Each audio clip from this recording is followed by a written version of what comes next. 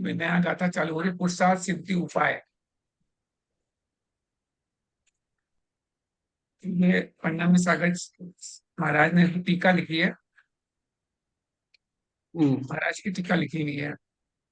इसमें क्या है कि सब ग्राफिकल में थोड़ा बताया है कि अनेकांतवाद क्या होता है, श्रावक के धर्म क्या क्या होते हैं, जिन पूजा, आहार, दान, उपासना, सामायिक श्रावाध्याय, सम्यक दर्शन के 8 अंग जो होते हैं वो क्या क्या होते हैं। तो मनुष्य से बताया कि मस्तक तो प्रभावनांग बताता है, हृदय दो वात्सल्य अंग, अमूल दृष्टिपीठ स्थितिकरण, और निवेशा दाया और बाया हाथ है, उपगुहन नितंब कहलाता है, और निसंगित अंग दाया पैर और निकांचित अंग बाया पैर। ऐसे ही सम्यक दर्शन के 8 अंग है। मतलब होंगे ना ये। और जैन की नीति व्यवहार निश्चय दोनों के साथ साथ चलती रहती, व्यवहार न्याय दोनों साथ साथ चलता है, तब जाके जैन। ऐसे करके पन्ना में सागर जी ने ये पूरी टीका लिखी है। पुरुषार्थ सिद्धि उपाय में कुल 7 चैप्टर है, 7 चैप्टर है जिसके अंदर ये, इसमें क्या है कि जो शुरुआत जो करते हो अनेकांत का स्मरण पूर्वक करके स्थापना अनुष्ठापित करते हैं, तो ग्रंथ के आरंभ में निश्चय न्याय व्यवहार न्याय की चर्चा है, और अंत में रत्न तय ही मोक्ष का उपाय बताए।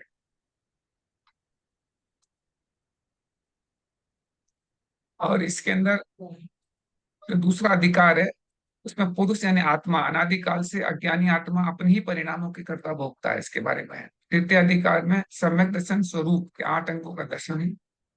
चौथे अधिकार में सम्यक ज्ञान के लक्षण है और 8 अंगों का वर्णन किया गया। पांचवें अधिकार में देश चारित्र और सकल चारित्र की परिभाषा करते हुए 5 अनुगत और का वर्णन किया गया।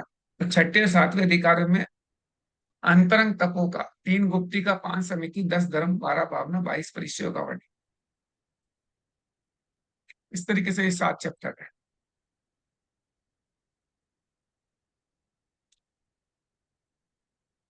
फिर अलग अलग लोगों ने इसके बारे में लिखा है कि किसने क्या क्या अलग अलग तथ्य बताइए कि सर इस किताब में क्या है क्या नहीं। ये किताब का ये इंडेक्स है।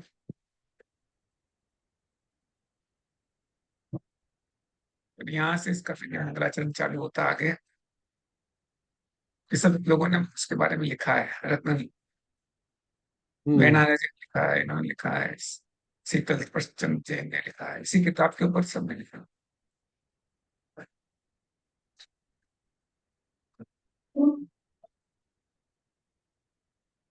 यहाँ से ये चालू होता है, ये शुरू में तो ये टीका दिखाई है, यहाँ से ही चालू होता है। ये पारंपरिक मंगलाचरण है, तो ये एकदम इसी को पढ़ते हैं। ये मंगलाचरण यही से होता है। शुरू में बोलते हैं ओम नमः सिद्धेभ्य, ओम नमः सिद्धेभ्य, ओम नमः सिद्धेभ्य। ओंकारं बिंदु संयुक्तम नित्यं नित्यं ध्यायन्ति ध्यायन् योगिनः कामादं मोक्षदं चैव कराय नमो कराय नमः। नमो नमः। अविरल शब्द घनोग शब्दघनौ प्रचलित सकल भूतकल भूतल कलंगा मुनि विरूपिता सिद्धिर्था सरस्वती हर तुनो पति दुरि हरत में दुरितम अज्ञानतिमिरान्धानां अज्ञानतिमिरान्धनानां ज्ञानाञ्जन शलाकया चक्षुरुन्मीलितं चक्षुरुन्मीलितं येन तस्मै तस्मै श्री श्रीगुरुवे गुरुवे नमः। नमो। फिर इसके आगे अपन बोलते हैं मंगलम भगवान वीरो मंगलम भगवान गौतम वीरो मंगलम मंगलं गौतम पुष्पमोहिनी मंगलम मंगलं कुसुम कुलकुसुमकान्तो जन्मधर्मोऽस्तु मंगलम् धर्मस्तु मंगलम सर्वमङ्गलमाङ्गल्यं सर्वमंगलमांगल्यं सर्वकल्याणकारिणं सर्वकल्याणकारकं अनं सर्वधर्माणां सुब्रह्मण्यं जयनं जयतु जयतु नम जयतु शासनम्। जैनम जैन।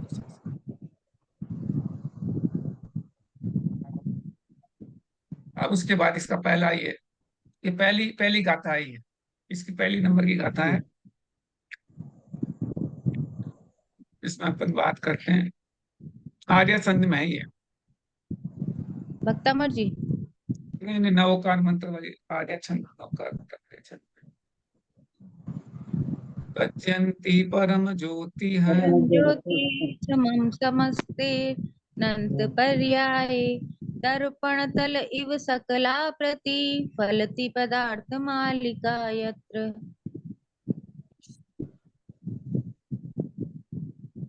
शुरू में ये कह रहे हैं 85 काय की तत्व प्रदीप टीका का रेफरेंस। इतने सब चीजों का इन्हें लिखने वाले ये जो अमृतचंद आचार्य जो थे ना, अमृतचंद आचार्य ने कई सारी टीकाएं लिखी है। पंचानिस्ताय पे भी लिखी है, प्रवचन सार पे लिखी है, समय सार पे भी लिखी है, तत् लघु तत्व स्फोट, ये पहले इतने तरह के लिखने वाले ये जो थे, इन्होंने ये ग्रंथ लिखा है अमृतचंद आचार्य ने, के द्वारा मुख्य मंगल की मुख्यता से गौण मंगलभूत मंगल सूत्र के सहित श्रेष्ठ आर्य के समान या मानसिक विकारों को नष्ट करने में समर्थ ऐसे मंगलाचरणों के आर्य कृत की जाती है। तो इसका यह अर्थ निकलता है कि दर्पण के पृष्ठ भाग के समान संपूर्ण पदार्थों का समूह भूत भविष्य वर्तमान काल के समस्त अनंत पर्याय के साथ जहां प्रतिबिंब होता है वह केवल ज्ञान रूपी ज्योति जयवंत हो। ये इस गाथे का मतलब है। इसका अर्थ टीका का अर्थ ये निकलता है,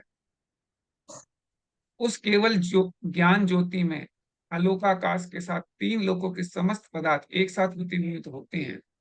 जीव अजीव आश्रव बंध संवर निजरा मोक्ष पुण्य और पाप के भेद से पदार्थ 9 प्रकार के होते हैं। ये 9 प्रकार के पदार्थ होते हैं। इन पदार्थों का वास्तविक ज्ञान होने पर 7 तत्व 6 द्रव्य और 85 काय के स्वरूप का ज्ञान विस्तार से हो जाता है। जिस प्रकार माला में गुथा हुआ एक एक मोटी स्पष्ट प्रतिभाषित होता है, इसी प्रकार चैतन्य ज्योति में संपूर्ण पदार्थ के गुण और पर्यायों का संपूर्ण समूह पर्यायों का समूह स्पष्ट झलकता है। इसलिए माला की उपमा दी गई है। समस्त अर्थात वह चैतन्य ज्योति अनंत पर्यायों को एक साथ प्रकाशित करने वाले हैं। समम सार्क सार्क ये सभी शब्द एकार्थी वाचक तथा गाथा में आवा समम विशेषण स्वतंत्र है, क्योंकि ये युगपत इस अर्थ को बताने के लिए प्रयुक्त होता है। यानी जो चैतन्य ज्योति है वो अनंत पर्याय को एक साथ दिखा देती है। अब शंका ये बनती है, सूत्र में समस्त और अनंत ये दोनों पद ना देकर केवल अनंत पद ही देना चाहिए, क्योंकि दोनों पद एकार्थवाची है। समस्त और अनंत 2 बार क्यों बोला है? तो समाधान ये है, ऐसी शंका करना ठीक नहीं है, क्योंकि उन दोनों में विशेषण और विशिष्य का संबंध है, अतः दोनों पद अनर्थक नहीं है। अनंत पर्यायों की पूर्णता बताने के लिए समस्ते पद दिया गया। तात्पर्य यह है कि संपूर्ण द्रव्यों तीनों काल में से होने वाली समस्त अनंत अनंत पर्यायों को केवली भगवान एक साथ जानते हैं। उस छाये केवल ज्ञान में वे पदार्थ स्वयं ही दर्पण की तरह प्रतिबिंबित होते हैं। जिस प्रकार दर्पण तल में सभी पदार्थ स्पष्ट रूप से दिखाई देते हैं, उसी प्रकार छाये ज्ञान में भी समस्त पदार्थ स्पष्ट रूप से दिखाई देते हैं। यहाँ इस शब्द की उपमा अर्थ में प्रयोग है।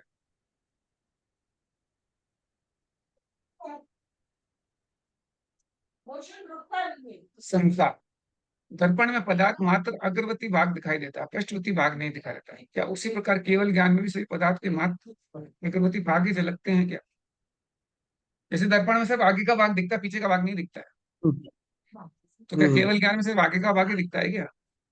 तो ये शंका करना उचित नहीं है, क्योंकि दृष्टांत एक देश होता है। ये दृष्टांत है, ये तो इसको समझाने के लिए दर्पण का दृष्टांत दे रहे हैं। वो एक देश ही हुआ ना, वो सर्वदेश नहीं हो सकता। सूत्र में तत्पद सर्वनाम है जो परोक्ष को संकेत देता है, अतः तत्पद के द्वारा केवल ज्ञान की अत्यंत परोक्षता बताई जाती है। ज्योति इस शब्द की प्रसिद्धि उत्कृष्ट आत्मा के लिए है, अथवा ज्योति की तरह केवल ज्ञान में ज्योति है, क्योंकि वह पदार्थ के प्रकाशन का कारण है। तो यहाँ पे कह रहे हैं कि जो आपकी आत्मा है वो अगर केवल ज्ञान को प्राप्त कर लेती है तो उसमें सारे पदार्थ झलक जाते हैं। आपकी आत्मा में केवल ज्ञान, तो ज्योति की तरह केवल ज्ञान भी ज्योति है, क्योंकि वह पदार्थ के प्रकाशन का कारण है। जैसा कि 21 भाव सूत्र में कहा है, भाव समूह रूप अंधकार को नष्ट करने का कारण है, इसलिए उस ज्ञान को ज्योति रूप कहा गया है। तो केवल ज्ञान को ज्योति के रूप में कहा है। ऐसी वह केवल ज्ञान ज्योति जयवंत हो, यह ज्योति सर्वोत्कृष्ट है, क्योंकि उसका कभी विनाश नहीं हो सकता। मन वचय काय के भेद से मंगल अनेक प्रकार के होते हैं। उनमें से पंच परमेष्टि पदों का स्मरण करना अथवा विश्व के कल्याण या सुख की भावना करना मानसिक मंगल कहलाता है। मन से मंगल करना है तो ये बातें बोल। वचनों से पूज्य गुणों का कीर्तन करना वाचनिक मंगल कहलाता है। निबद्ध और निबद्ध के भेद से वाचनिक मंगल दो प्रकार के होते हैं। दोनों ही कहीं पर जयवाद के रूप में माने जाते हैं। ऐसे इसी ग्रंथ में तज्जियति और ज्योतियति के रूप में, तो कहीं आशीर्वाद के रूप में कहा जाता है। जिस तीर्थ रथ के प्रवर्तक मुनिश्वत नाथ और नेमिनाथ भगवान इस संसार को ज्ञान देने के लिए आकाश में नक्षत्र के समान प्रकाशमान हुए थे, वे भगवान हम लोगों का अनीश्वर कल्याण करें। किंतु वस्तु वर्णनात्मक मंगल होता है।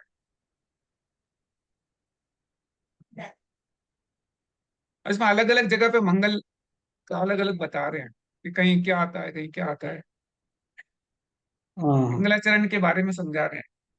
तो एक और मंगलाचरण आ रहा है इसमें, जैसे पश्चिम पूर्व से दसम वस्तु की तृतीय पाउट से पे दोष पाउट की उत्पन्न होती है, इसी का नाम कसाय प्राप्त है। इस आर्या में वस्तु व्यवहार वर्णात्मक मंगल किया गया है। कहीं पर गुणों का स्तमन रूप मंगल होता है। अब ये अब स्तमन रूप में मंगल बताते हैं। तत्वास सूत्र का जो मंगल है वो ऐसे होता है, मोक्ष मार्ग से नेतारम वेतारम का बताता ज्ञातारम इष्टत्वनि बंधे तद्गुण रखती। इस अनुष्टुप में विशिष्ट व्यक्ति विशेष का नहीं बल्कि गुणों पर विस्तार किया गया है। कायिक मंगल भी लौकिक और अलौकिक मंगल से दो प्रकार होता है। उसमें भरावा घड़ा, बछड़े को दूध पिलाती गाय, विवाहित स्त्री आदि को दिखाना लौकिक काय मंगल कहलाता है। नग्न दिगंबर मुनिराज का दर्शन अलौकिक कार्य मंगल कहलाता है। इसलिए इस ग्रंथ में जयवात रूप निर्बंध वाचिक मंगल प्रसिद्ध ही है। तो इसमें निबद्ध वाचिक मंगल के बारे में कहा है। अब उसके बाद दूसरा सूत्र आ जाता है इसका। ये मंगलाचरण हुआ एक तरीके से। मंगलाचरण के अंदर अपन ने किस किस चीज को बताया है। अब उसका दूसरा सूत्र आ जाता है, जिसके अंदर अनेकांतवाद के बारे में बताते हैं।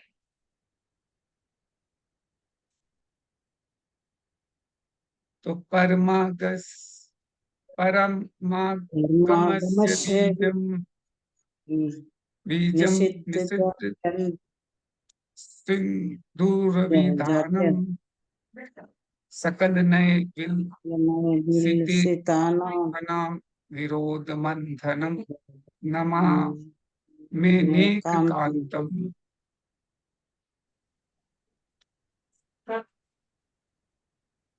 इसमें क्या है? हल्का सा बड़ा कर, अक्षर को हाँ? हल्का सा बड़ा कर दो। अक्षर को हल्का सा बड़ा कर दो, और बड़ा करें क्या? हल्का सा। हाँ बस अब ठीक। इसमें क्या, अनेकांत को नमन हो, परागम का बीज सब नए से हाथी के लगो, हाथी देश मिटे लटो मत देश कीच। लुटे। ये इसका हिंदी अर्थ है। अब क्या है कि इष्ट देवता को नमस्कार करने के बाद जिनागम को स्मरण करते हुए द्वितीय आर्या लिखते हैं। पहले तो इष्ट देवता को नमस्कार कर दिया, क्या कह रहे हैं? हम्म। अब कह रहे हैं जन्मान पुरुषों की हाथी की अवधारणा को दूर करने वाले, समस्त नए से प्रकाशित, विरोध को नष्ट करने वाले परागम परमागम पर परमागम उत्कृष्ट जैन सिद्धांत के बीजभूत अनेकांत को एक उच्च रहित स्वादवाद को मैं अमृतचर्य चंद्र आचार्य नमस्कार करता हूँ। कैसे नमस्कार करता हूँ? नहीं बंद कर।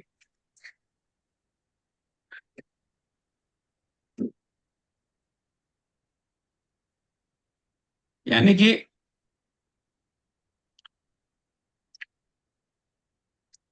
इसका अर्थ ये कह रहे हैं, जहां वस्तु के एक अंत अर्थात धर्म को नहीं कहा जाता, वो अनेकांत है। मतलब यानी कि अपन क्या है, एक चीज को पकड़ के बैठ जाते हैं, हम्म ये ऐसा होता है। तो वो एक ही वस्तु को, जैसे हाथी है, अंडे का एग्जाम्पल लिख के दिखाते हैं कि हाथी का कोई आदमी एक चीज पकड़ के बैठ जाए तो क्या कि हाथी ऐसा होता है, हाथी सिलेंडर के समान होता है, हाथी रस्सी के समान होता है, हाथी चद्दर के समान होता है। तो ऐसे अलग अलग चीजों को पकड़ लेता है और पकड़ के एक अंग को पकड़ लेता है, तो उसे उसे हाथी वही दिखाई देता है। अंडे तो होते ही हैं वो लोग, हम्म तो उसको पकड़ के बैठ जाते हैं। तो पकड़ के बैठ जाते हैं, फिर झगड़ा करते हैं। जब वो पांचों अंधे आपस में झगड़ा करते हैं कि नहीं हाथी तो ऐसा होता है, कि नहीं हाथी ऐसा होता है। इसीलिए कहते हैं वस्तु के एक अंत से नहीं कहा जा सकता, वह निकांतमक की होती है हमेशा।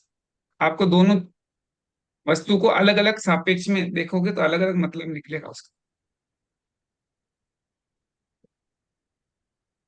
तो ये स्वादवाद सुत रूप लक्षण से युक्त सिद्धांत को अनेकांत कहते हैं। ऐसे अनेकांत स्वरूप परम आगम को मैं अमृत चंद्र आचार्य नमस्कार करता हूँ। वस्तु में अनेक विरोधी धर्म रहते हैं, जो अपनी इच्छा अनुसार वस्तु में मात्र एक धर्म को स्वीकार करते हैं। तो हमेशा परस्पर विरोधी धर्म का युगल रहता है, बस हम्म जोड़ा रहता है। एक चीज इधर बोलती है, एक चीज उधर बोलती है।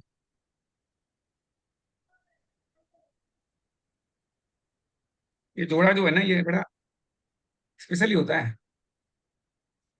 तो कोई एक चीज को पकड़, कोई कहता है वस्तु नित्य है, कोई कहता है वस्तु अनित्य है, ऐसे जोड़ा बन गया। तो हम्म परस्पर विरोधी है। कुछ सापेक्ष में वस्तु नित्य भी है, कुछ सापेक्ष में वस्तु अनित्य भी ऐसे। ये जो स्यादवाद का क्या मतलब होता है? स्वादवाद शैली है,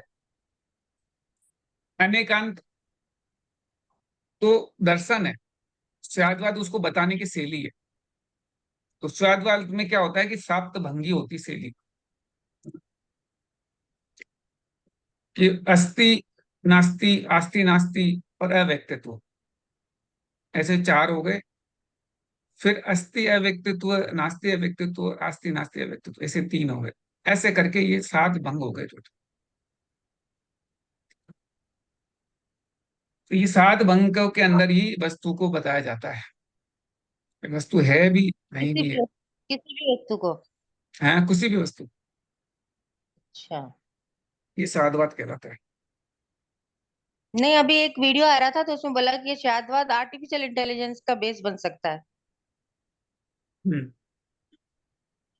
बन सकता है, क्योंकि बिल्कुल लॉजिकल है ना। इस सात की तरह आठवां कोई तरीका होता ही नहीं है किसी भी चीज को समझाने का। अच्छा। तो एकदम बहुत एकदम लॉजिकल और कंप्यूटर में फिट होने वाली चीज है ये। तो इसलिए इसका उपयोग किया जा सकता है, लेकिन लोगों को इसके बारे में जानकारी नहीं है, इतना अच्छा लोगों को पता नहीं है, बस समस्या यही है।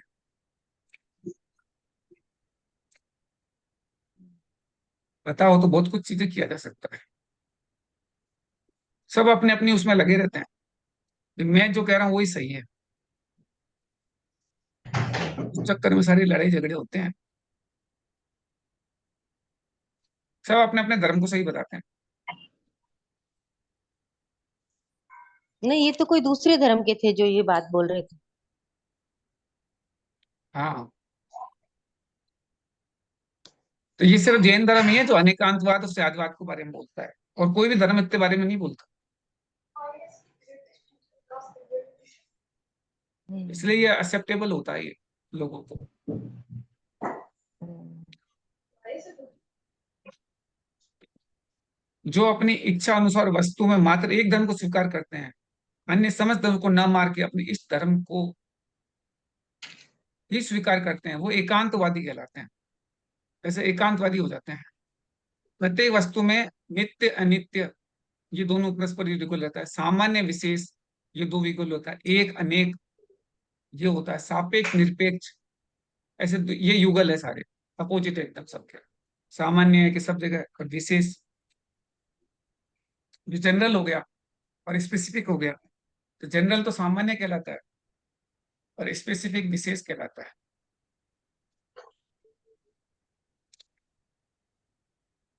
ऐसे अनेक धर्म स्वभाव देखे जाते हैं। परीक्षा मुख में कहा है, अनेकात्मक वस्तु में एकात्मक स्वरूप की उपलब्धि नहीं होती। तो एकात्मक स्वरूप की उपलब्धि नहीं हो सकती। अब उसके बाद वो बताते हैं स्यादवाद, जो ये भी तू तेरे वाली बात बोली। स्यादवाद कथन पद्धति, एक बोलने का तरीका है। जैसे स्याद तथा सतपूर्वक बात, वाद अर्थात कहने को स्यादवाद कहते हैं। वाद सतपूर्वक बोलना। स्याद सत अर्थात कथनचित वस्तु है। स्याद असत अर्थात कथनचित वस्तु नहीं है। स्याद अस्ति स्याद नास्ति। स्याद सत मतलब कथनचित वस्तु है, स्याद असत मतलब स्याद कथनचित वस्तु नहीं है। कथनचित सब काम में रहता है। स्याद शब्द ये अव्यय पद निपातन से सिद्ध है। उसके बारे में और आगे बोल रहे हैं कि विधि और प्रतिषेध के द्वारा सप्त भंगों के जानकार विविक्षित और अविविक्षित धर्मों के कथन करने में जो प्रणव है, उसे स्यादवाद कहते हैं। सात भंगों के द्वारा अपन बोलते हैं। स्याद शब्द सर्वदा एकांत का त्यागी होने से किम, किन किन किंचित बोलते हैं ना अपन, कथनचित। किम शब्द निष्पन्न चित प्रकार के स्वरूप में कथनचित, कथनचन आदि का वाचक है। इसलिए कथनचित आदि शब्द स्यादवाद के पर्यायवाची शब्द नाम है। अपन कुछ कथनचित ऐसे बोल रहे हैं। कथनचित का मतलब स्यादवाद के पर्यायवाची नाम है। यह स्यादवाद शब्द भंगों और नयों की अपेक्षा के लिए रहता है तथा हे उपादेय के विशेष भेदक होता है। स्यादवाद के बिना हे और उपादेय की विशेष रूप की व्यवस्था नहीं बनती है। ये आत्ममीमांसा का ग्रंथ है, उसमें ये सब बातें लिखी हुई। वह अनेकांत किस विशेषण विशेषता वाला है? अनेकांत परागम का बीज है। तो परम आगम का बीज है, परमागम। अनेकांत परमागम का बीज है। परमागम अर्थात उत्कृष्ट आगम, उसका बीज अर्थात उत्पत्ति का स्थान व कारण है। अनेकांत के निश्चय बिना आगम परमागम नहीं कहा जा सकता है। अन्य मतालुंगु ने भी निगम और आगम की कल्पना की है, किंतु उस आगम को यहाँ ग्रहण नहीं करना चाहिए, क्योंकि परीक्षा मुख में कहा गया है, आप के वचन आदि के निमित्त होने से वाले अर्थ ज्ञान को आगम कहते हैं।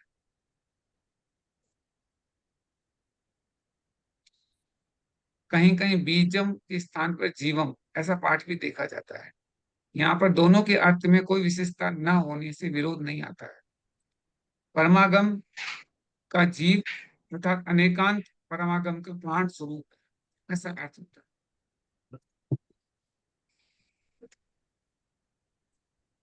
तो यहाँ पे परमागम का बीज जो है ना, परमागम का जो मेन है वो अनेकांत बात ही है, उसी से चालू होता है अनेकांत आप बात के बारे आपकी वचन, आप मतलब जिनवानी। में। हाँ, आप के वचन मतलब, आपका मतलब जो भगवान जरा कहे वचन को आप तो बोलते हैं। रत्न कंटक सावकाचार में आप शब्द काम में लिया गया, तो उसमें यही कहा था भगवान द्वारा जो कहा गया है उसको आप अच्छा। कहते हैं। तो उन्होंने आप शब्द काम में लिया था। तो आपके वचन जो है उसको अपन आगम कह रहे हैं। जो ज्ञान होगा ना आपके वचन आदि के निमित्त से होने वाला ज्ञान, उसको आगम कहते हम्म। हैं। ये शब्दों का है मेन चीज, शब्द के साथ जो भाव जुड़े उस पर ज्यादा फोकस करें। शब्द में तो बहुत सारे शब्द आ गए। एक शब्द का कई मीनिंग हो जाता है ना। हाँ, भाव के हिसाब से देखना पड़ता है। भाव के हिसाब से देखते रहते हैं। अभी तीसरे नंबर का है, इसको पढ़ो। लो लोकत्रैकनेत्रं निरूप्य परमागमं प्रयत्नेन अस्माभिरूपोद्रिध्रयते विदुषां पुरुषार्थसिद्धयुपायोऽयम्। अब ये पुरुषार्थ सिद्धि उपाय के बारे में बता रहे हैं। उससे पहले ये जो दूसरे का अर्थ जो है ना, जो अनेकांतवत का जो अर्थ है, वो यहाँ दिखा रखा है कि अनेकांतवत क्या होता है। उसमें जो जन्म के जो अंधे होते हैं, तो उन्होंने क्या है कि हाथी को पकड़ लिया, अंधे लोग। तो जिसने हाथी को पेड़ को पकड़ा वो हाथी खंबे के समान होता है, जिसने हाथी के कान को पकड़ा वो हाथी सूपा के समान होता है, जिसने हाथी के दांत को पकड़ा वो हाथी मूसल के समान होता है, जिसने हाथी सूंड पकड़ी उसे हाथी भुजा के समान होता है, जिसने पेट पकड़ा उसे गुठिया के समान मानता है, जिसने पूंछ पकड़ी उसे रस्सी के समान होता है, जिसने मस्तक पकड़ा वो नारियल के समान होता है। इस प्रकार नेत्र के बिना हाथी के देखे जाने पर बहुत बड़ा विवाद खड़ा हो जाता है। वास्तव में परागम रूपी नेत्र ही वस्तु स्वरूप के विवाद को दूर करने में समर्थ है, दूसरा कोई नहीं है। तो आपको अनेकात्मक धर्म है ये। वस्तु में के धर्म होते उतने ही नए होते हैं। वस्तु में अनंत धर्मात्मक है, इसलिए नए भी अनंत होते हैं। इसलिए वक्ता के अभिप्राय की अपेक्षा जितने नए होते हैं उतने ही वचन के मार्ग होते हैं, और जितने वचन होंगे उतने नए होंगे। इनमें कोई विरोध नहीं है। जितने वचन के मार्ग उतने नए वाद है, जितने नए वाद है उतने ही पर समय है। अभी जो ऊपर तीसरे नंबर का अपने पढ़ा है उसका ये हिंदी में एक गाथा बनाई है हमने।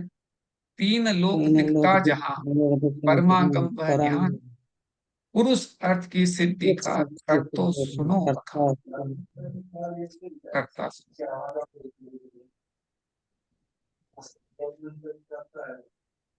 इसमें कहते हैं कि अमृतचार्य, जो अमृत चंद्र आचार्य परम आगम के स्वरूप के परोपण करके अपने अभिप्राय को प्रकट करते हैं।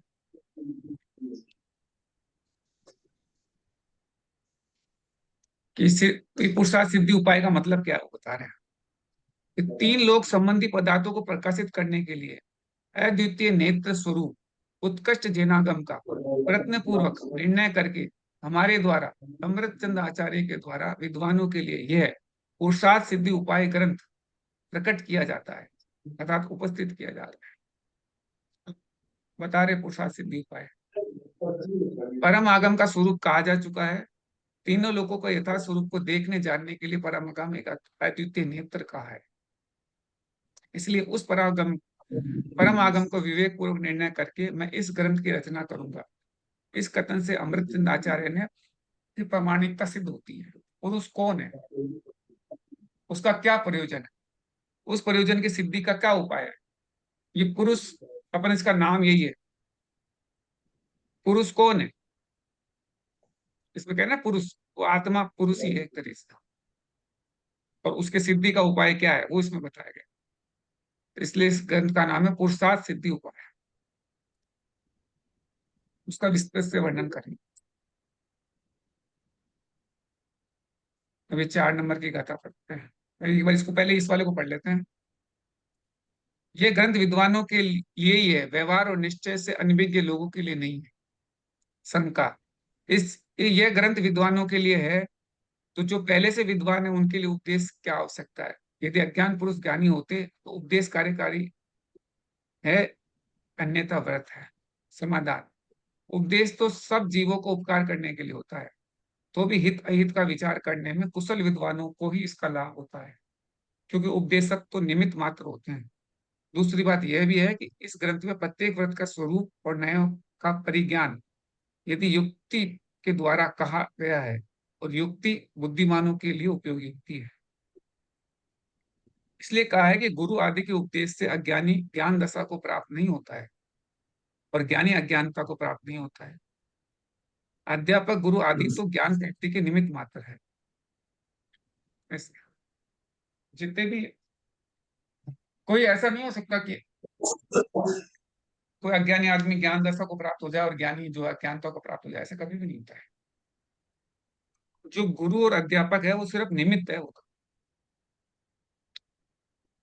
जैसे कि जीव और पुद्गल को चलने में धर्मास्तिक काय उदासीन निमित्त होता है, चलने में सहायक होता है। जैसे पानी है, वो मछली को चलाती नहीं है, मछली अपनी फुर्सत से चलती है, लेकिन पानी सिर्फ निमित्त है, इस तरीके से। तो उदासीन निमित्त है ये धर्मास्तिक का।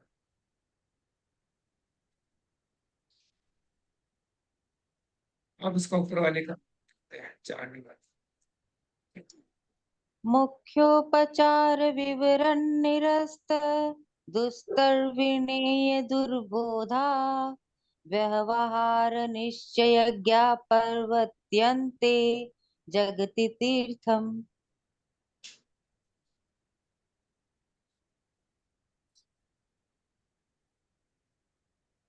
इस संसार में धर्म तीर्थ के प्रवर्तन में कौन कुशल होते हैं, ऐसी जिज्ञासा होने पर आचार्य भगवान कहते हैं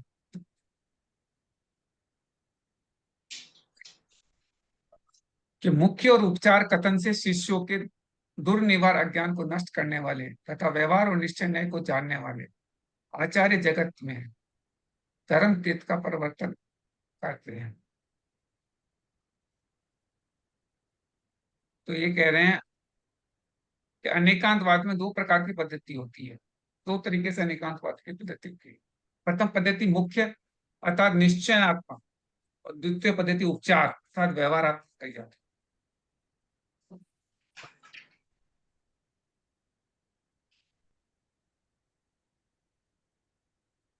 उन दोनों को सूक्ष्म और स्थूल परिवर्तना से दूर कर दिया।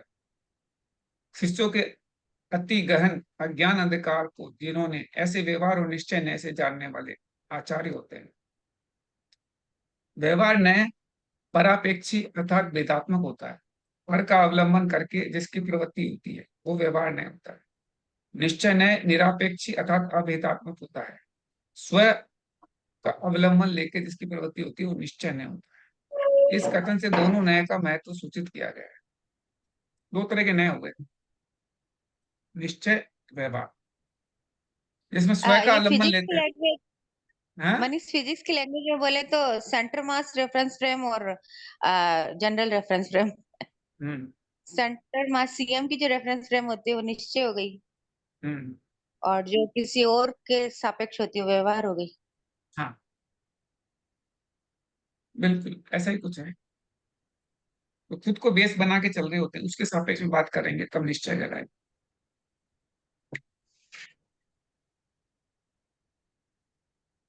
इस कथन से दोनों न्याय का महत्व सूचित किया गया है। जो पुरुष मात्र व्यवहार न्याय, जो पुरुष का मतलब आत्मा, मात्र व्यवहार न्याय का ही हार की तरह आदर करते हैं तथा ज्ञान स्वरूपी आत्मा के प्रति जिनका कोई उत्साह नहीं होता है, इस तरीके के जो होते हैं ना, मात्र क्रियाकांड में तत्पर रहते हैं, वो क्रियाकांड में लगे रहेंगे, तरह तरह के वो करेंगे, पावन करेंगे, पूजा करेंगे, विधान करेंगे, उसी में रहेंगे। वे तत्व ज्ञान से परामुख है तथा जो निश्चय न्याय के ज्ञान से ही मोक्ष को मानते हैं वो व्रत तपस्या आदि क्रिया को जड़ की क्रिया मानते हैं और आत्मा को सदा बंधन रहित वीतराग कर्म कलंक से रहित विशुद्ध ज्ञानातिशय से युक्त मानते हुए मुनियों की निंदा करते हैं। ऐसे भी लोग जो कहते हैं कि तप वप करने की जरूरत क्या है, वो मुनि की निंदा करते रहते हैं। वे पुरुष अनगढ़ पत्थर की तरह असंयम का आचरण करते हुए धर्म तीर्थ को नष्ट करते हैं, वो ऐसे लोग भी फिर धर्म तीर्थ को नष्ट करते हैं। इसलिए स्वपर के हितैषी पुरुषों को दोनों न्यायों को अच्छी तरह से जानना चाहिए। पश्चात परीक्षा ग्रह से रहित होकर एक दूसरे के उल्लाघना देने का त्याग कर देना चाहिए। बहु संप्रदाय से भरे हुए इस संसार समुद्र में निश्चय व्यवहार के ज्ञाता जो दोनों होते हैं वही पुरुष पार होते हैं और उन्हीं के द्वारा धर्मतीर्थ की प्रवाहना होती है। कहा है यदि जिनेन्द्र भगवान के मत में प्रवृत्ति करना चाहते हो तो निश्चय न्याय व्यवहार न्याय का त्याग मत करो। यदि व्यवहार न्याय का त्याग करते हो तो तीर्थ का उच्छेदन हो जाएगा, निश्चय न्याय का त्याग करते हो तो वस्तु स्वरूप का ही उच्छेदन हो जाएगा।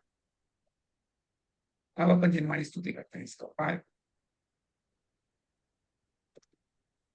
जावाणी जावाणी के के ज्ञान से ज्ञान से तुझे तुझे लोकालोक लोकालोक सोवाणी सोवाणी मस्तक धरे मस्तक धरे सदा दे तो दो हे जिनवाणी भारती तोई जपो दिन रे जो तेरा तो जो तेरा तेरे नाम नाम गाए गए तो पावे पावे सुचे। सुख।